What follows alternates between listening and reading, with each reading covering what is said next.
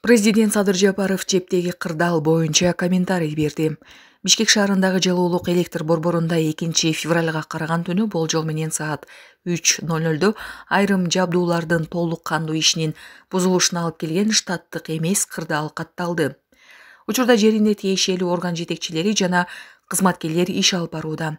Президент Садыр Жапаров кабар агенттигине жептеги кырдаал боюнча комментарий берди. Саламатсызбы, Садыр Нуркожоевич. Бишкек жебиндеги кырдаал боюнча суроолорубузду узатсак, учурдагы абал кандай? Саламатчылык, абал оор эле. Жарылуу түнкү саат 3:00 чамасында болду. Мен уктай элек болчумун. Энергетика министринин 3 тараптуу жолугушуусу бар эле. Ташкентте жүргөн. Мэр болсо чет өлкөдөн учуп келе жаткан. Түнкү саат 3:00 чамасында. Аэропорттон шаарга келе жатам.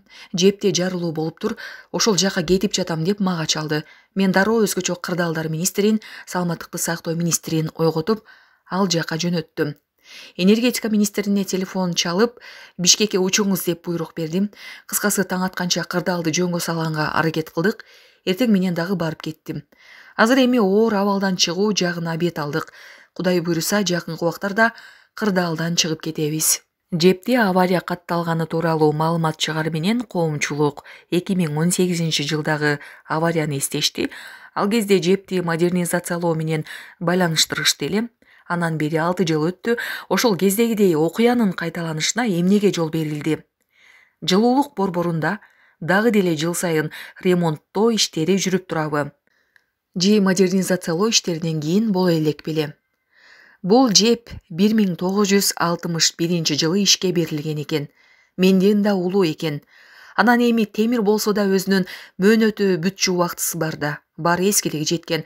Жылда жайдын күнү ремонт иштерин жасап, кышка даярдык көрүп, иштетип келе жатабыз. Азыр айрымдар авария жептин эски бөлүгүндө болду. Эгер модернизация болуп, жаңы блоктору курулбаганда кырдаал азыркыдан дагы алдаганча кыйын болмок деп айтып жатат. Башкача айтканда, модернизация болгону туура эле болгонбу? Ооба, авария эски бөлүгүндө болду. Кептин баары ушул жерде жатат. 386 миллион долларга чала була бирдеме кылбастан эски жепти ийне жибине чейин оңдоп койсо болмок. Же кошуна өлкөдөгүдөй 300 миллион долларга жаңы жеп куруп коюш керек эле. Ал эми жаңы блоктор курулбаганда абал мындан оор болмок дегендер бет тырмаарлык кылгандар. Кылгылыкты кылып коюп, кыл жип менен бууп коюп, мыйыгынан күлүп олтургандар.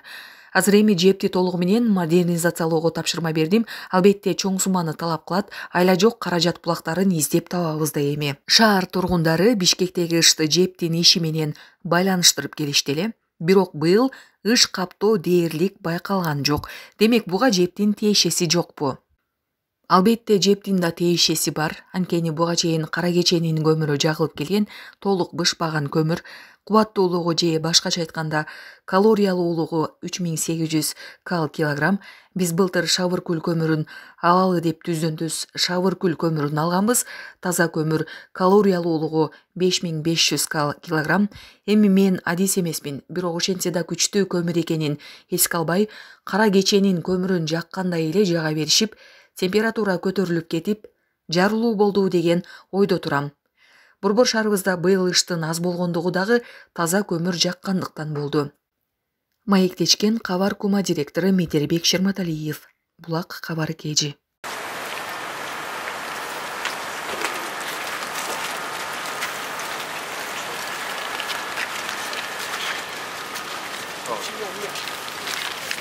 Директор Кадыр Калсай. Мэрда бүгүн түнкүдө saat 3'te bir котелда взрыв oldu. Взрыв. Жарылуу да. Жарылуу oldu. Сразу су температурасы düştü. 415 мегаватт неме берип аткан электр энергия. Ал 150ге чейин түштү. Анан биз отоплениянын ысык сууну бере албай калдык. Ошон менен станция токтотулду. Азыр МЧСке дагы жолдо ыраазычылык билдиребиз. Бул иштер убагында келип, сразу баягы эмени ачак жарылуу болгондогу өрттү токтотуп, өчүрүп эметип калышты. Дагы мындай көбөйүп кеткенге көбөйттүрбөй токтотуп калышты убагында. Буюрса буягы жакшы эме кылышты да. Анан o терезелер жабылып üstündегі крышалар бүт açılıp uçup эме болуп кетти. Күнчүгүш жагындагы сэндвич панелдердин баары түшүп эме болуп турган азыр биз убактылуу болсо дагы жылуулукту кармап туралы деп атабыз. Себеби трубалар тоңуп калбаш үчүн. Азыр уже баштадык башкага ушул жагындагы котелдорду. Себеби жарылган котел ар жагында экен, тиги баш жагында. Ана бул жагындагы котелдордон 3 резервде турган котелубуз бар болчу, ошону буюрса ишке киргизебиз кечке чейин. Азыр болсо ысык сууну токтоттук, себеби ысык суу мүмкүнчүлүгүбүзгө жараша. Отопление бар. 53 градусту берип атабыз. Ишке кирсе канча калат? Аз минутка чейин көтөрүлөт. Бурукта калууга аялап кетти. Кечке чейин. Причинасын деп ойлойсуз? Эмне деп ойлойсуз? Причинасын азыр тактап атат демчүсүз. Буга чейин Божомол менен биз 14-котел деп ойлоп атканбыз да.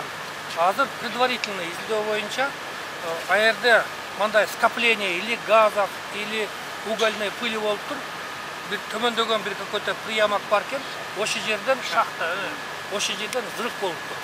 Котелдор предварительный боюнча баары таза. Бүт баягы предохранительный клапандар иштеп тур. Они сохранили котлы.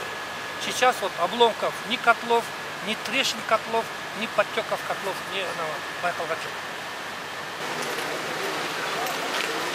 Тиешелүүлөр гана калгыла, специалисттер, МЧС, мэрия калсын, анан Минэнергетика, баягы адистер калгыла, калганына мишайтипте кеткиле. Маалымат алып турат.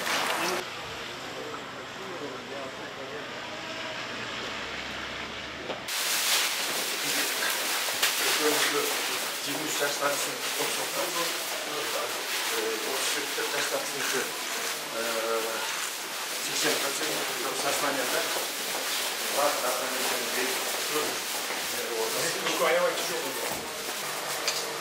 Hazır, kandaysın? Biz koyuyoruz. Sadece koyuyoruz yerdeyiz. Sadece koyuyoruz yerdeyiz. 34 taşlarsın. 33 yaşlarısı. Azot yönetisi, Bir daha darlarında çok gitti. Çok. Yok, o sayıda daha gitti. Çok var. Yüzülüsünün başka nelerden aldı.